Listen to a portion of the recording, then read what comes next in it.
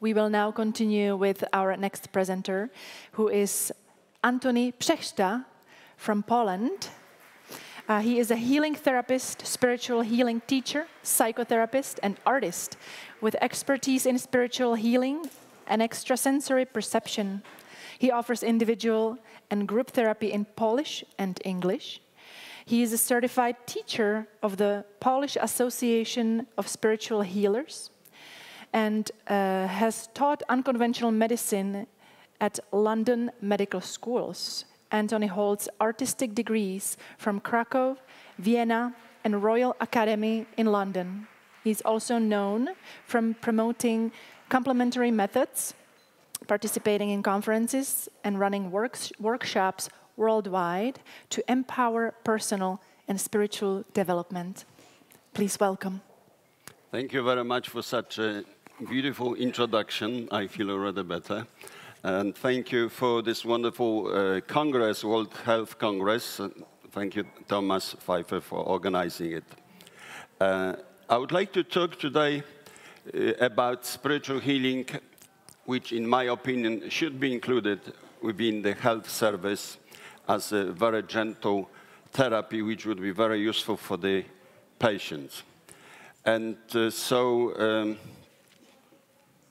my professional way started about 30 years ago while still living in London. I went through a fascination period of healing and then promotional, educational stages of healing. And then I realized that we really need to promote this kind of therapy.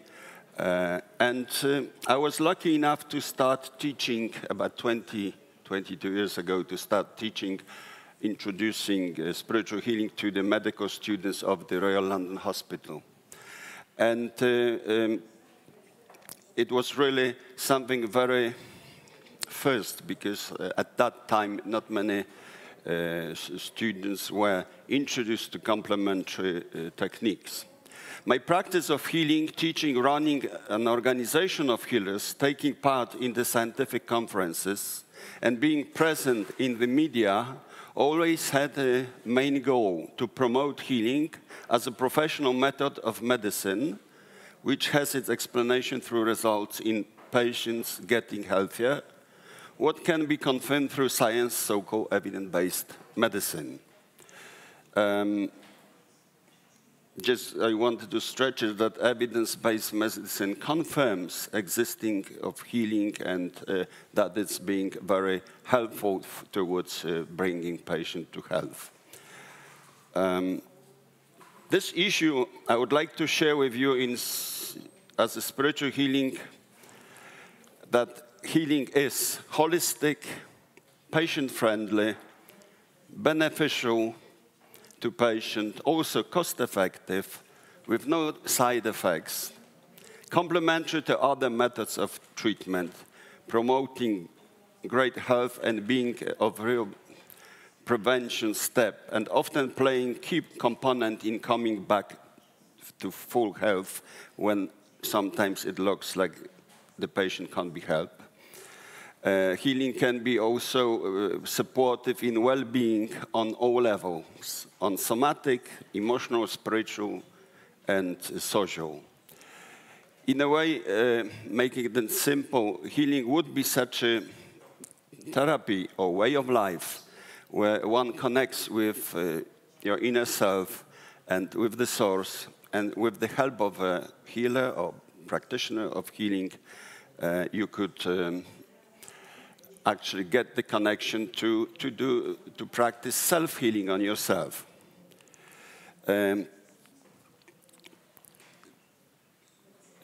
So spiritual healing can be defined as a method of regaining balance of mind, body, and emotions. I like the definition, the scientific definition of healing made by Dr. Daniel Benor, who's done really a lot towards defining and bringing all the research together for healing. And then, so the definition is that spiritual healing is defined as a systematic, purposeful intervention by one or more people to help other living beings, humans, animals, plants, and other organisms, through focused intention, touching, or holding hands near another being, without using physical, chemical, or conventional interventions. Spiritual healing can help in various ways on various levels. Sessions of spiritual healing are not only just to transfer energy. Often people associated with just holding hands and transferring energy. The spiritual healing starts with a conversation, with listening to a patient, giving him a chance to discover, to express something which is within himself. Quite often is to do with a difficult situation in life and different issues which would, in a psychosomatic way, go towards the illness, or through healing, conversation, forgiveness, would bring a patient to harmony and at the same time to health.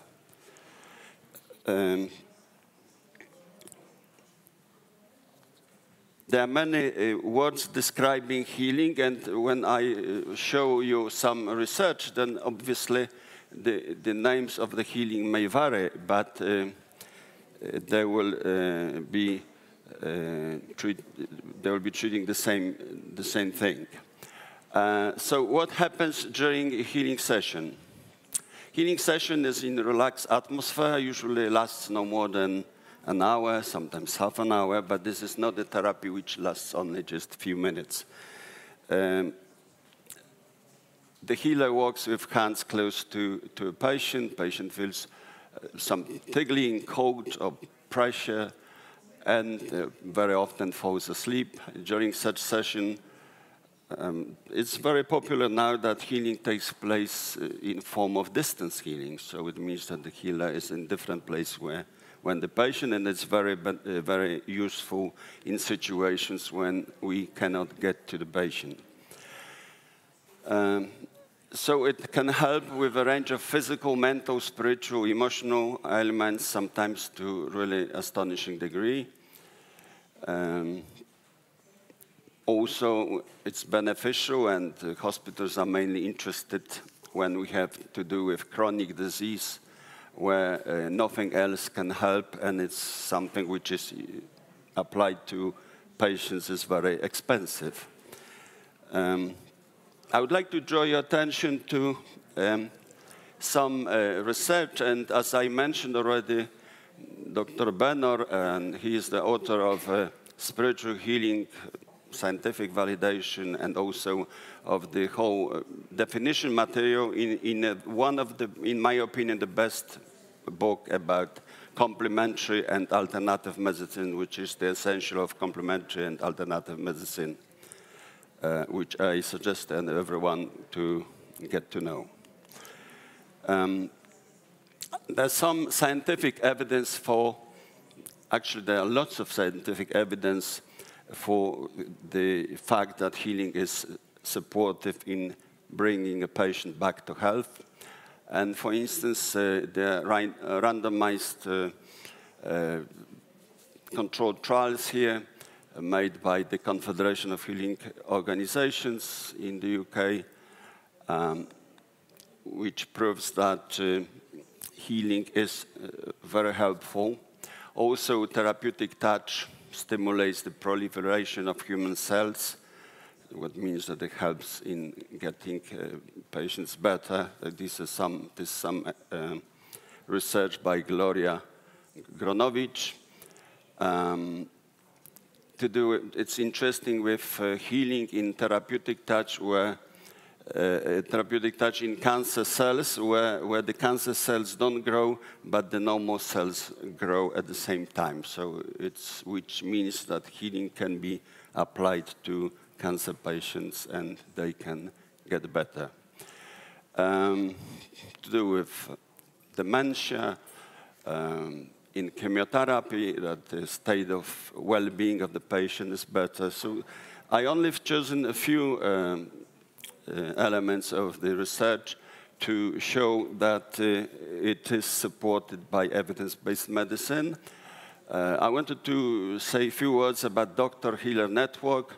It was also organized and it's still existing, such an organization which helps doctors and healers get together and practice.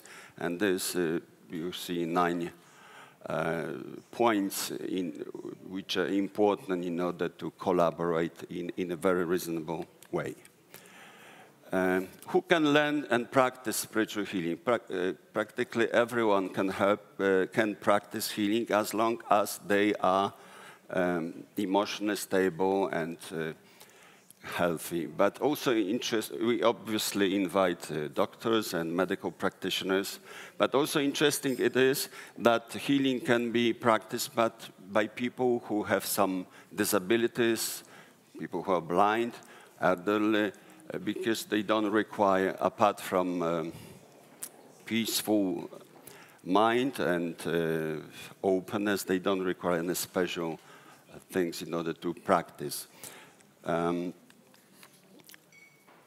In Poland, we train in a very similar way as it is done in other countries. It's important, the most important is that the patient is safe, and then the patient gets helped through spiritual healing. Then the institute which I run, Instytut Realizacji Siebie, organizes the courses, and they are accredited by the Polish Association of Spiritual Healers, which is the organization which we've set up in 2007 in order to give a chance for people to have a representation in Poland and according to Polish law. So now we have about 300 people who are members of the association. Obviously, we have our code of conduct, which is going along with different codes of conduct which were introduced at this conference. Generally, we are not telling people how they should learn, how they should treat themselves, whether they should take drugs or not should take drugs. The doctors take this part. We're working mainly on supporting the patient to get his own power in order to get recovered. So we don't diagnose. We see it as a complementary therapy, but not as an alternative. In some countries, healers have insurance. Unfortunately, at this stage in Poland, insuring companies don't want to insure us because they don't see any danger in healing if we don't touch. But I think that because there's so much request for insurance that we'll need to organize it in some way. After training, we have about 2 years of practice as a student and then exams. So you see a photograph of one of the latest exam. Obviously, examiners don't teach. Examiners are independent from people who organize everything. We are very much interested in collaborating with the health system, and my aim is to bring spiritual healing into public health service. I feel that such a very useful therapy should be paid from the public sources. And sometimes we manage to get a bit closer to that point, and I believe that one day it will happen. We still have some issues which I think come from a lack of information. And that was interesting. About 20 years ago, we were very close to bring healing into public health service. And now it looks like we have a very good vocabulary. We can communicate, but somehow the interests are still somehow away, one from the other away. Our main goal is to help people to get better and to help society.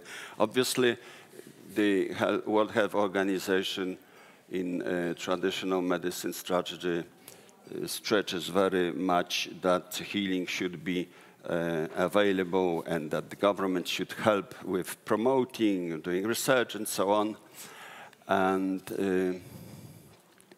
it would be very useful to use healing in hospitals, in private practice. There's some research done in hospitals. So just last few slides. It would be very important to look for a strategy in which many countries could support each other. We as practitioners, we could support each other in order to bring healing into a public space, and healing as all other therapies which were introduced here. So thank you very much, and keep in touch with the idea, what can we do together, how can we support each other in order to bring all therapies, I think, together rather than separately. We have bigger chance because there are more of us then. Thank you very much. Thank you.